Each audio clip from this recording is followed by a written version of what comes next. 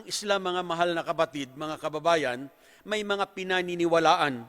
When I was in Christianity, tinuturuan kami ng simbahan na maniwala sa mga bagay-bagay. Ang Islam nagtuturo rin na kailangang maniwala ng tapat sa mga bagay-bagay na ito. Unang-una, kailangang maniwala ka at sumamba lamang sa nag-iisang Panginoong Diyos na lumikha sa ating lahat.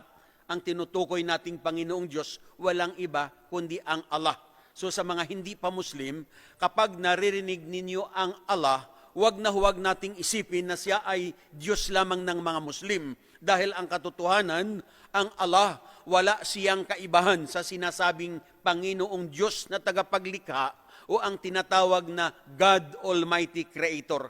Siya rin yan. Siya ang lumikha sa ating lahat.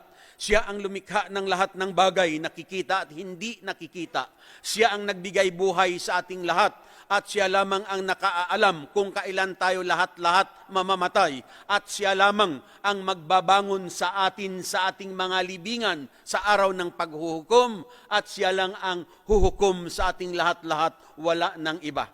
So ito ang unang paniniwala sa Islam, to believe and worship the one and only Allah the Almighty. Ang pangalawa na paniniwala sa Islam, mga kapatid, ang maniwala sa lahat ng mga anghel. Likewise, ang Christianity nagtuturo at naniniwala rin sa anghel. Ang turo sa Islam tungkol sa mga anghel, sila ay linikha ng Allah mula sa liwanag. Ngunit tayong mga tao, nilikha tayong lahat mula sa lupa. Kaya't kung tayo'y mamamatay, ang ating katawan na inaalagaan natin ng mabuti, ito ay magbabalik sa lupa o sa alikabok. At ang turo pa sa Islam na tayong lahat sa ating pang-araw-araw na pamumuhay,